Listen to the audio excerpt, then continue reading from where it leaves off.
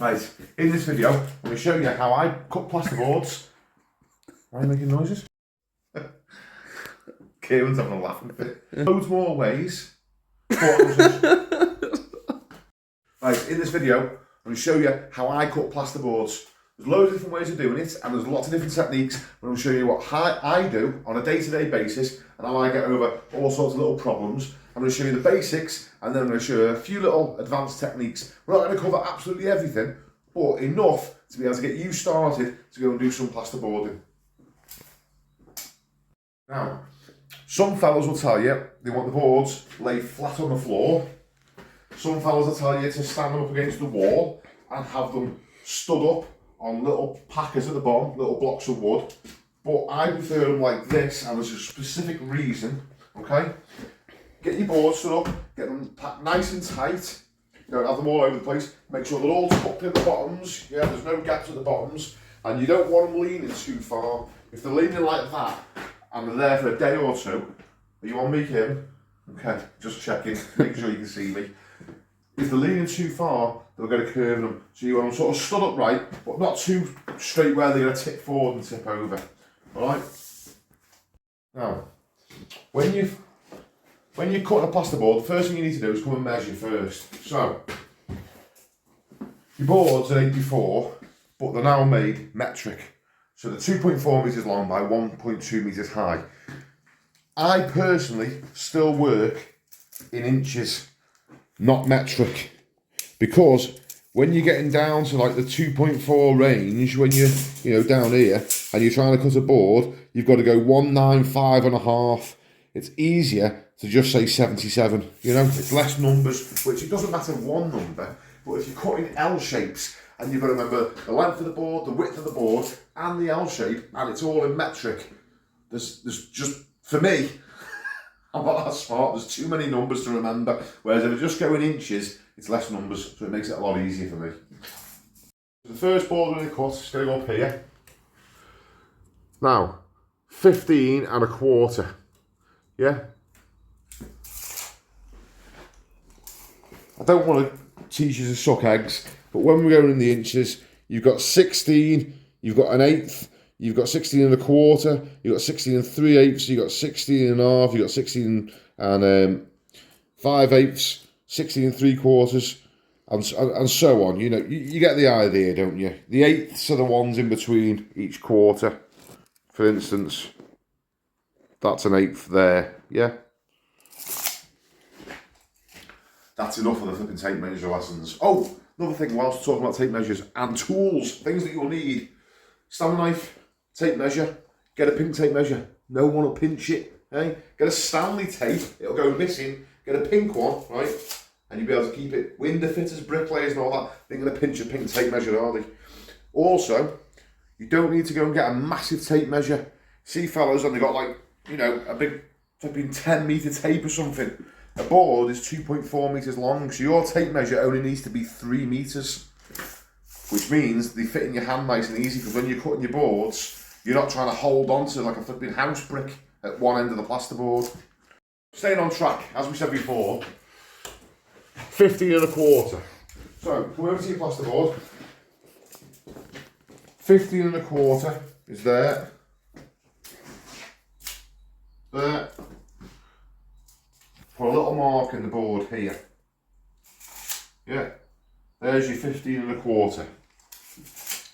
Now, you could do that with a pencil. I'm just showing you how I do it. Take your 15 and a quarter. Get your knife. Now, come in close so you can see this. I hold the blade and pinch it against the end of the tape like that. Yeah. Now some fellas will hold it like that. So you see how I'm holding it? They'll hold that. Just stay in here so they can see. Keep going out on you. Some fellas will hold it like that. That's fine. I personally hold it like that. Pinching them together. Look at the top now where see the 15 and a quarter. My finger is resting on the top of the plasterboard, and I just slide along. Yeah, and go nice and slow so you can see, but you can just go faster if you want. all the way to the end. Done. Now, that's 15 and a quarter. If I was going to go sort of like anything above 25, because it's over half of the plasterboard there, so say we had a piece that needs to be 30 inches, I wouldn't go and do 30 inches like this, or 30, you know, 37 like this, because it's just too uncomfortable. So you're better off coming from the opposite direction then, you know, get your tape at the bottom there, measure your 37 that way, and then you've only got your little offcut at the top and your piece. Does that make sense? Work it so that you're not overstretched with yourself. Once you've cut your board and you've scored it like that, go along and just break it. Now, from this point, you've got a couple of options what you want to do. You've probably seen people on TikTok or something like that, and they get the board and they just snap it back like that and it pops off. That works sometimes. You'll probably just smash boards to death doing that. So from this point, you can either, if your blade is nice and sharp, you can cut it from this side here. If your blade's blunt, it's going to tear the back out the other side of the paper. So I wouldn't recommend doing it from the front, unless it's really awkward and it's just easier to do it like that. Instead, cut it from the back, and down here. Now, because this is a full length board, what I'll do is I'll leave a little bit of paper uncut here. So I'm going to score the back of this board. Come around here. I'm going to cut, I'm not going to start there. I'm going to leave a little bit still attached, and you'll see why in a minute. So, these are foil back boards, by the way, so don't worry. It's exactly the same for standard boards, it's just because we're going on to this. There's a vapor check area. Anyway, don't worry about that. It's exactly the same for normal boards.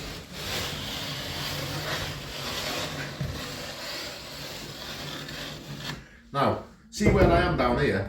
If I had cut that all the way to the end down there, that board would be flapping around now. But because I've left a little bit of paper on it, it's stayed on. Stand the boards back up again. It doesn't take any effort whatsoever. And it's done. And that's it. Now, that's out of the way now. When you've cut your board, you might find that there's a little bit sticking up here, here. Now, some fellas use a rasp, but personally I don't like carrying a million things around with me. I like to be, as I said to you, I like to travel light, just be taping my knife, my pencil. I have got a rasp, but I just don't like carrying it. So, any little bits that are sticking up like that, just take your knife.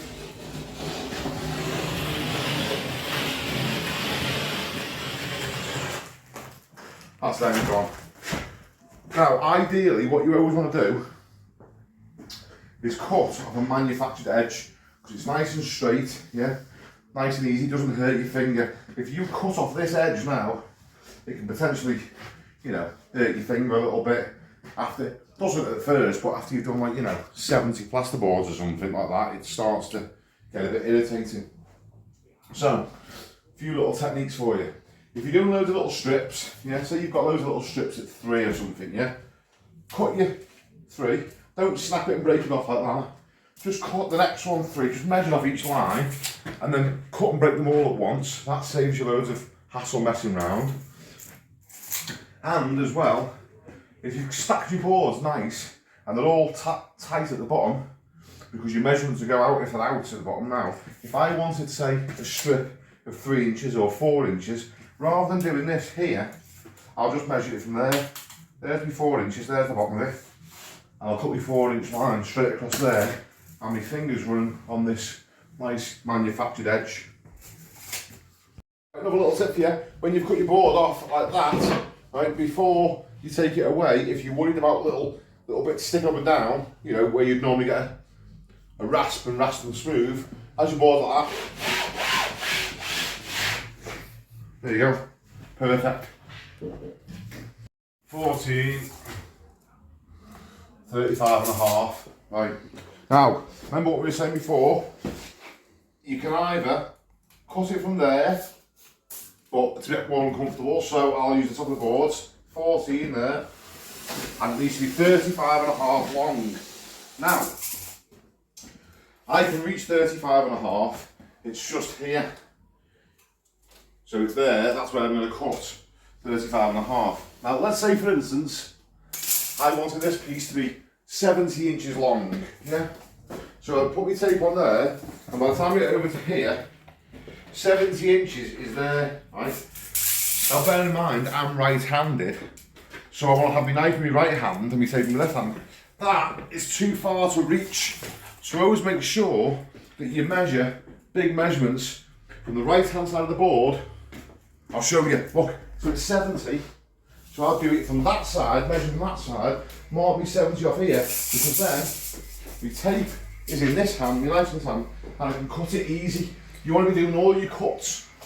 All your cuts are always at the left-hand side if you're right-handed, the opposite if you're left-handed. But so you always want to make sure your long measurements end up with the shortest part down this end so you can actually reach it. Now, there is another way. Say for instance, your cut ends up bang on in the middle of the board. I can reach it, but it's very difficult because you can go out of sync. So I'll show you that in just a second. Right, when you cut the end of the board, same again, you want to be working with a nice manufactured edge. Take your measurements. Now there's the only tricky bit. What you want to do is make sure you keep you sort of, I'm not stretching this out as such, I'm not pulling, but I'm not letting you do this. Don't let the tape sort of come in like this. Takes a bit of practice, but just sort of, I'm doing that with the knife, and because it's my thumb on the tape, it's sort of keeping it still. So it just takes a bit of practice this, because you're not going to get it perfect first time. But this is the only bit you're going to do. When you get right down to the floor, you can get down to about there, and then just look down the line. Look where my head is. I'm looking down that line, because if there's a little bit at the bottom, you just put your knife at the very bottom and touch it up. Now, there is a way of getting around that. If I had put chocks of timber underneath these boards before we did it, I could slide potentially right down to the floor because I've got a little bit of a gap. But what happens is, up here where your bit of timber will be under here, if you chop the boards up, it'd be, you know, under here. And when you come to try and pull your board out, to snap it, it's on the timber and it's bending this end of the board, and you end up breaking more of the boards. You end up digging in the board here. So I just don't like to put timber under the boards, just for that simple reason. If the floor was absolutely soaking wet, which sometimes it is on jobs, then I'll chock it up with timber. But otherwise, I'd rather it to be there. Same again, you break it. Now, you can cut it from this side if you want, or you can go inside here and cut it from this side, it doesn't really matter. Now, say you need a board that's 49 inches long. So you come here and you measure your 49 off there. Now, I can span that fairly easy, it's doable, but if you didn't want to, if you didn't feel comfortable, some fellas would recommend getting a T-piece, T-square, and it's set up there. So now, I just can't bother them. It's just, I've had them in the past, I know all about them, but it's another thing you've got to buy, it's another thing you've got to look after, it's another thing that the apprentices will probably break on you or lose on you. They're usually a bit longer than 47.25, so you have to have your boards packed up unless you cut the end of the T-square off. So there's another way for you. Just get an off-cut plasterboard. Make sure you use your manufactured edge there. If your boards are sat nice on the floor and they're all nice and level, then move it up to your 47 or your 49, wherever it is. It's there. And you can just use the edge of the plasterboard to score. Saves you having to buy a T-piece, just use an off-cut plasterboard. Come here, look at this. There's another one for you. Let's say, for instance, you've got this board and it's cut at 14, but you wanted it maybe, I don't know, 13.5, so you need to take half an inch off. Yeah? So you've got a little strip like this to get off. So you mark it all the way down. Oh, to make sure it's in, sometimes it's good to just run over your cut again. Oh, try and stay in the lines, they're not like me. Now, trying to break that off there can be an absolute pig because it just won't snap very nice because it's so thin. Yeah, it'll break, there'll be all jagged bits in and out. So, to speed things up a little bit, cut it on both sides. Again, remember these are foil back boards. Don't worry, exactly the same on a standard board. It's just this is the spec for going over this metal caging around the ceiling line.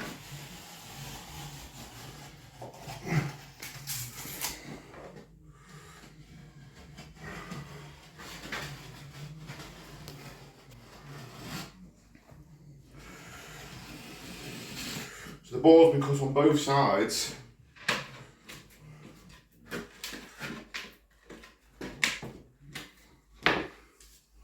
There you go.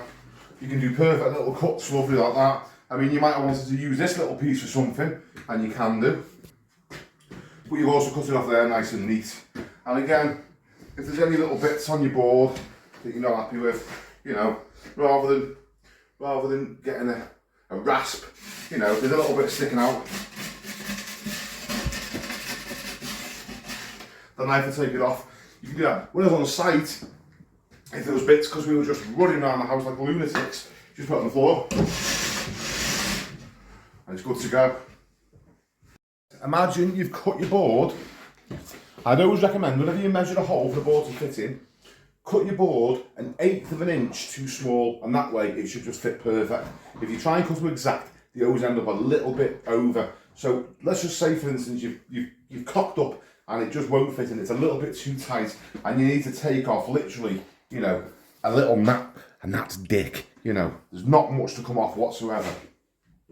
You can either, if it's a big piece, run your rasp up and down it and rub away at it for ages. Try and cut a straight line.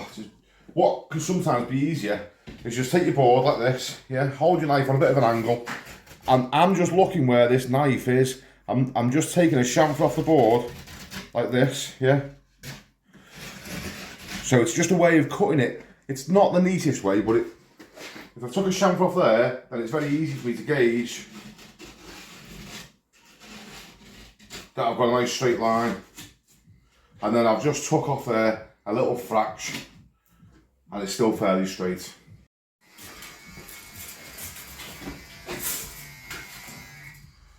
Eight.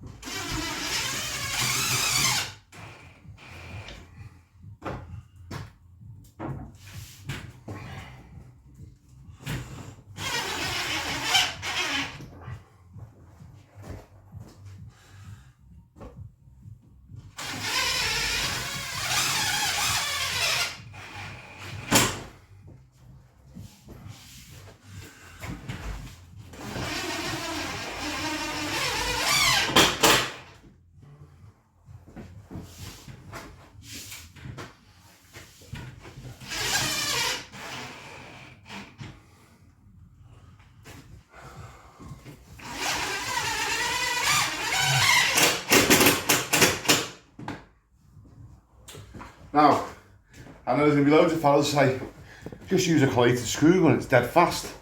I know, I've got collated guns, but I'm in my little truck, not in my normal van. Collated gun's in the van, that's in the garage. If this lad gets the collated gun wrong, he just smashes holes straight through the board. Loads of times, if we miss joists, they're a pain because you've got to back them all out. And for the amount of boarding we do, we're not on building sites, we only do minimum amounts of boarding and overboarding ceilings. And a collated gun, I think, is a nightmare when you're overboarding ceilings. So we just got used to just using our little impact driver for most things. But you're right, a collated gun would be faster, but for the fraction of time it saves, it's a lot less headaches if you just use our little impact driver.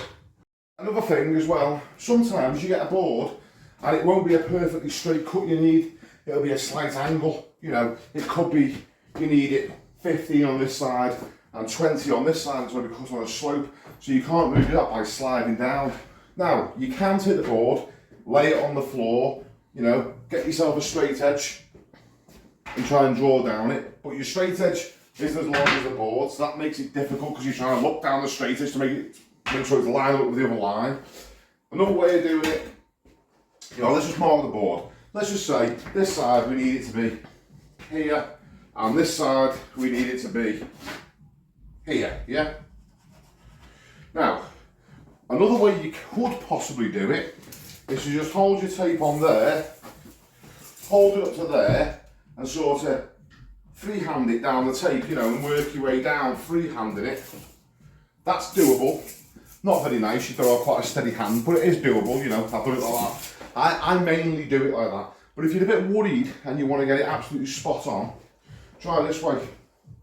Get yourself an offcut. Get yourself an offcut with a nice bound edge on it. Set it on your mark there so you can see where one mark is. The other mark's there.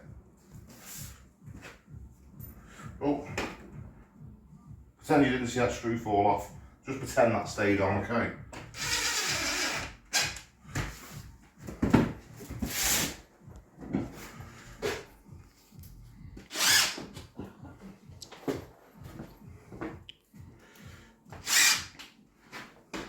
Yeah, do your cut along your straight edge and then just take that back off again and you have a nice straight cut, nice and straightforward and simple for you. Now, when you come to cutting out round sockets and things like that, you can, this is just a demonstration board, this one isn't going to go there, but I'm just showing you quick because I need to get on with my job, but I just want to show you this as well before we get started properly. This socket here, you can measure it out 15 by 20 and a half, you know, and you could measure it on your board, mark it off, you know, 15, 20 and a half, by your sizes, you know, it's measure it all out like so, you know. You can mark it all out with a pencil or a knife, whatever. That's one way of doing it. And then you can cut it out with your Stanley knife. These 1/2 inch boards you can cut through fairly easy with a Stanley knife. They do just go through. Once you've sort of got into them, you know, within 2 passes, you sort of right the way through, so you can cut them out like that. You can use a pad saw. Another way of doing it, take a little off cutter board, like this. Chalk up the back box. Again, this is just a demonstration, it's just a piece of crap, it's not going here. I'm just showing you. We'll put your board on there.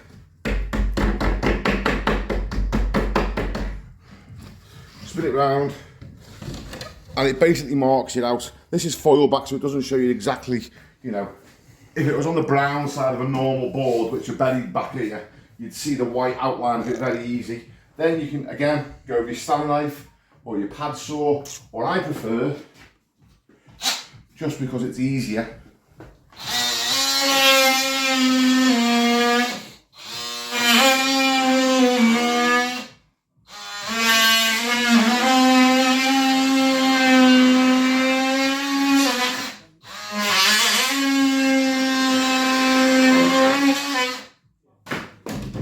always pop them back through. So if you push them through forward, you can tear the paper on the front of the board. So always pop them back out that way.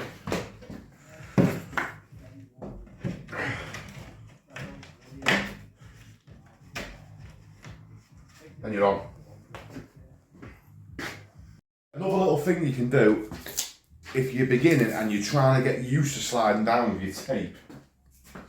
Take your measurement, let's just say 16 inches for now, yeah? Take your measurement with no knife, just hold your tape measure and practice just sliding down the board, yeah? Like that. Now come in close, kid. Once you've done that, you can see the line. You see it? And then you can slide down very slowly with your knife. I'm not going to do it, I don't want to cut the board. But that's when I first started plastering, when I was about 10. Not even joking. That time my dad had me practicing. He'd get me to mark boards up, you know, and I would just stand there and practice just doing this with a tape. Because when you first start, this is what you're going to do. You're going to go like this, you're going to go like that all the way down the board. Or you're going to go like this, and you're like, oh, all sorts of crazy stuff. So, just get used to getting these two hands. It's trying to teach this hand to get on with this hand, and to do it, you know, at the same time, together, because they're going to want to go at separate speeds. So there's a little thing you can practice anyway. So this is what you want to avoid. Come here. This is what you want to avoid. See this edge here now? You want to avoid trying to have to slide down this because you're going to get a crappy cut. So if you're cutting multiple pieces, I would cut them all.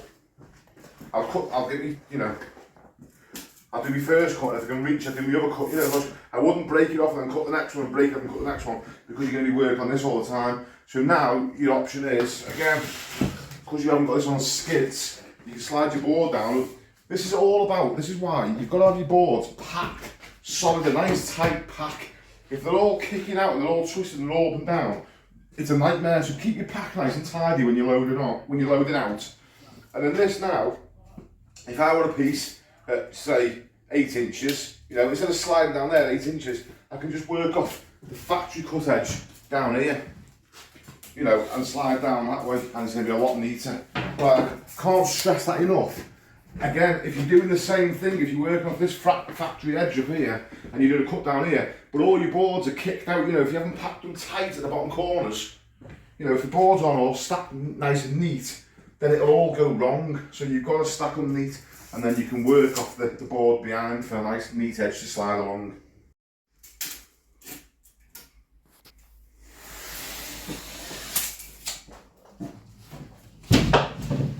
Remember, leave a little tap.